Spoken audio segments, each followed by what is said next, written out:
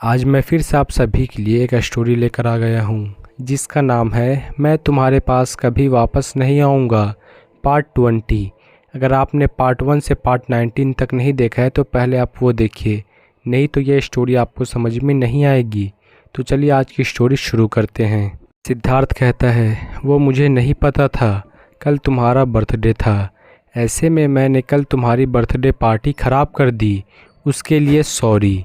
डिम्पल कहती है, कोई बात नहीं, मैंने तुम्हें माफ़ किया।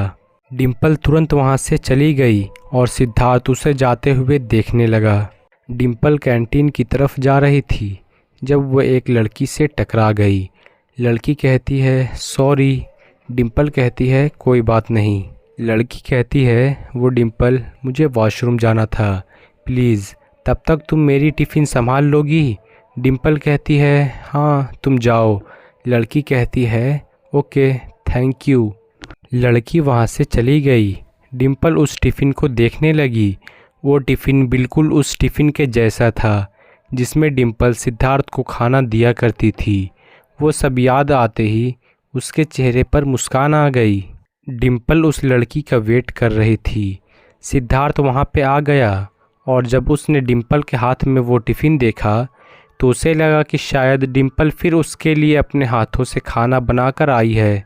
ये सोचते ही सिद्धार्थ इरिटेट हो गया और गुस्से से डिम्पल की तरफ बढ़ने लगा। डिम्पल के पास आकर सिद्धार्थ ने उसकी कलाई पकड़ के झटके से अपनी तरफ कर लिया। ये सब इतनी जल्दी में हुआ कि डिम्पल कुछ समझ ही नहीं पाई। डिम्पल ने सामने देखा तो उसके आगे सिद्धार्थ गुस्से में खड़ा उसी को घूरे जा रहा था। डिम्पल उसके गुस्से की वजह समझ नहीं पाई कि अब उसने क्या किया है। सिद्धार्थ कहता है, तुम्हें एक बात समझ नहीं आती।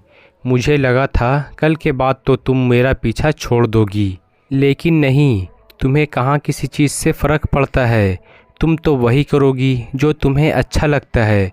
तुम्हारा कोई सेल्फ़ रिस्पेक्ट नहीं है क्या? डिम्पल बिना कुछ कहे बस शांति से उसकी बातें सुन रही थी, जैसे अब उसे सिद्धार्थ के कहने से कोई फ़र्क नहीं पड़ता। सिद्धार्थ कहता है, समझ नहीं आता, तुम इतनी बेशर्म कैसे हो सकती हो? अब ऐसे चुप होकर क्या साबित कर रही हो? तभी वहाँ पे वो लड़की आ जाती है। लड़की कहती है, थैंक यू डिम्पल, मेरे टिफ़िन का ध्यान रखने के लिए। वो लड़की अपना टिफ़िन लेकर चली जाती है और सिद्धार्थ भौचक्का होकर डिम्पल को देखे जा रहा था। डिम्पल ने एक नज़र उसे देखा और वो भी वहाँ से चली गई। सिद्धार्थ कहता है, डिम्पल ऐसे बिना कुछ कहे शांति से चली गई, उसने कुछ रिएक्ट क्यों नहीं किया? अब हम इस कहानी से बाहर आते हैं और रूही के बारे में जान लेते हैं। रूही ने डायरी बंद कर दी। रूही बालकनी की ओर जाने लगती है। आज आसमान में पूरा चाँद था। रूही को उस चाँद में कुणाल मुस्कुराता हुआ दिखाई दे रहा था। उसे तो याद भी नहीं था कि आखिरी बार उसने कुणाल को ऐसे खुलकर मुस्कुराते हुए कब देखा था। अपनी कही कड़वी बात याद कर रूही दोबारा रोने लगती है। रूही रोते हुए कहती है, ऐसा क्यों हो रहा है मेरे साथ? जब भी अपनी गलती ठीक करने की कोशिश करती हूँ, हमेशा उससे बड़ी गलती कर देती हूँ। कुणाल, कैसे तुम्हें वापस अपना बनाऊँ? कैसे तुम्हारे दिल में फिर से अपने लिए प्यार जगाऊँ? तुम तो मुझसे नफ़रत करते होगे ना?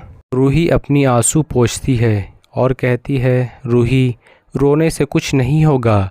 मैं कल ही ऑफिस जाऊंगी और सबके सामने कुणाल से माफ़ी मांगूंगी, चाहे मुझे कुणाल के पैरों में ही क्यों न पड़ना पड़े। मैं सब करूंगी, लेकिन अब कुणाल को अपने आप से दूर जाने नहीं दूंगी। रूही वापस से अपने रूम में आ गई। रूही रोने की वजह से थक गई थी, इसलिए जैसे ही वो बिस्तर पर लेटी उसे नींद आ गई। थोड़ी देर बाद रूही की मम्मी रूम में आती है।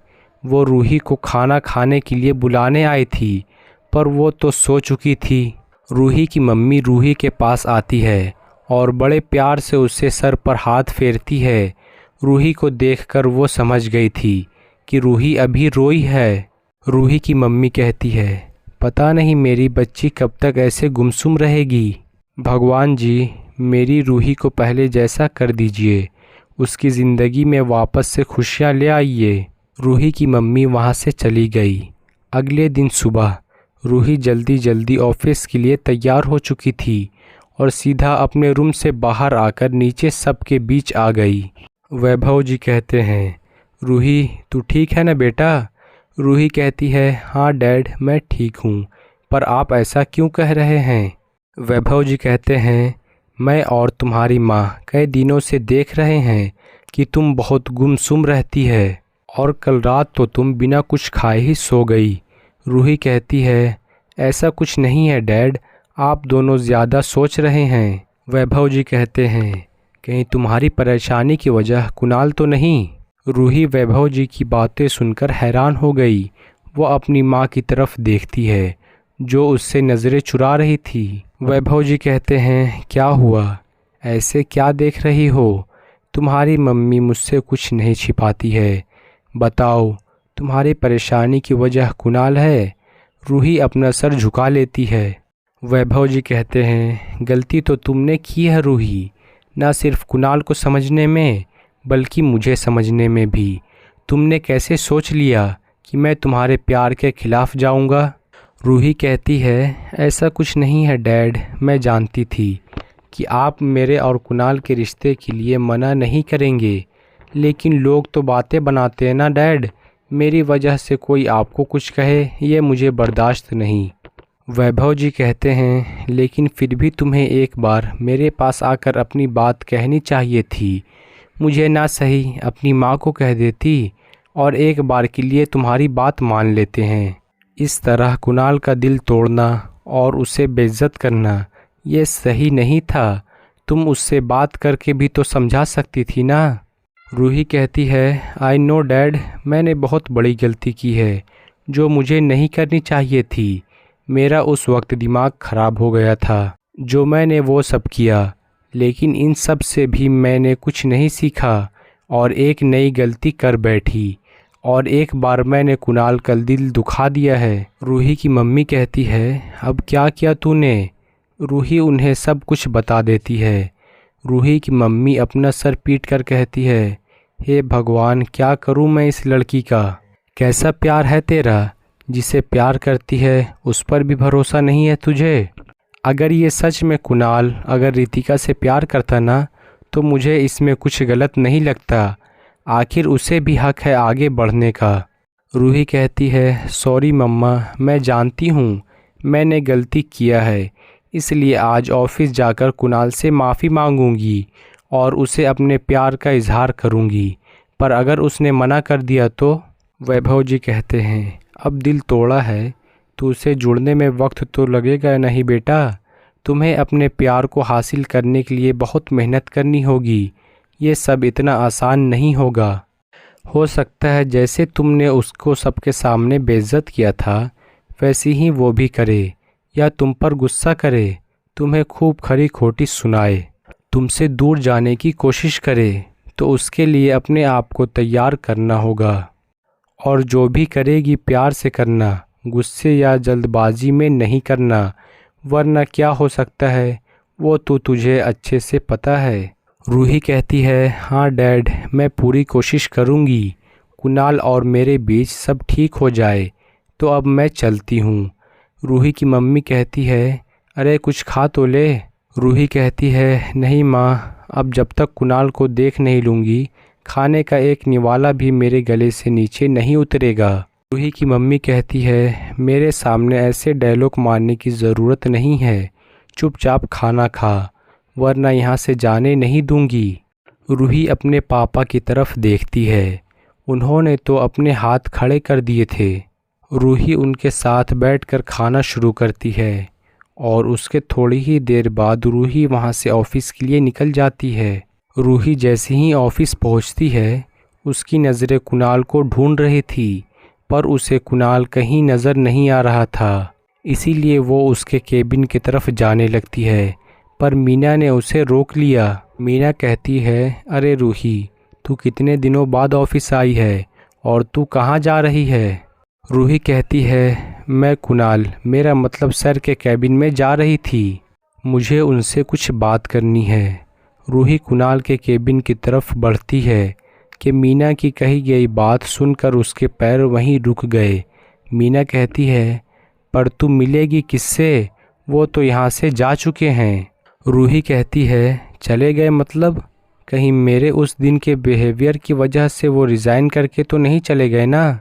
मीना कहती है अरे नहीं, ऐसा कुछ नहीं है। दरअसल हमारी कंपनी को एक बहुत बड़ा इंटरनेशनल प्रोजेक्ट मिला है और ये प्रोजेक्ट सही से हो गया तो हमारी कंपनी इंडिया में तो फेमस है ही, अदर कंट्री में भी फेमस हो जाएगी। इसके लिए हमारे चेयरमैन कितने दिनों से बिजनेस ट्रिप पे बाहर गए हुए हैं पता है। कुछ दिन पहले ही उन्होंने कुणाल सर को बुलाया था, इसलिए वो न्यूयॉर्क गए हुए हैं। रूही कहती है अच्छा, तो वो वापस कब आएंगे। मीना कहती है वो तो मुझे नहीं पता। रूही कहती है ठीक है। रूही उदास मन से अपनी सीट पर जाकर बैठ जाती है। रूही ने अपना बैग खोला तो बाकी सामान के साथ डायरी भी बाहर आती है। रूही कहती है ये डायरी मेरे बैग में क्या कर रही है, शायद जल्दबाजी में मैंने ही रख ली होगी। अपनी घड़ी की तरफ देखकर कहती है अभी थोड़ी देर काम कर लेती हूँ, उसके बाद डायरी पढ़ लूँगी। 2 घंटे बाद लंच का टाइम हो गया था। रूही को डायरी पढ़ने के लिए यही सही वक्त लगता है। वो डायरी खोलती है और पढ़ना शुरू करती है। अब रूही की कहानी छोड़कर हम लोग डिम्पल की तरफ चलते हैं कि डिम्पल की कहानी में आखिर आगे हुआ क्या। कुछ दिनों बाद डिम्पल इस वक्त कैफ़े में अपनी ड्यूटी कर रही थी जब सिद्धार्थ अपने कुछ दोस्तों के साथ वहां आता है, जिस पर डिम्पल ने कोई ध्यान नहीं दिया।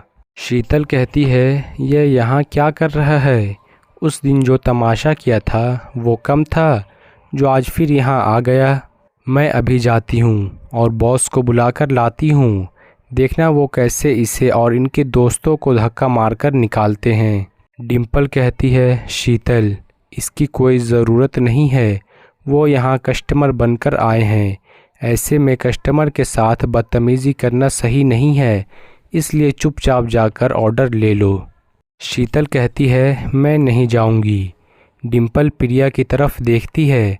प्रिया कहती है मुझसे तो उम्मीद ही मत रखना। फिर श्वेता की तरफ देखती है। श्वेता कहती है मुझे ऑर्डर डिलीवरी करने जाना है। डिम्पल अपना सर ना में हिला देती है और खुद ही सिद्धार्थ की तरफ जाने लगती है। इसके आगे की कहानी जानने के लिए आप हमारे चैनल को सब्सक्राइब कर लीजिए। इसका अगला पार्ट कल आएगा।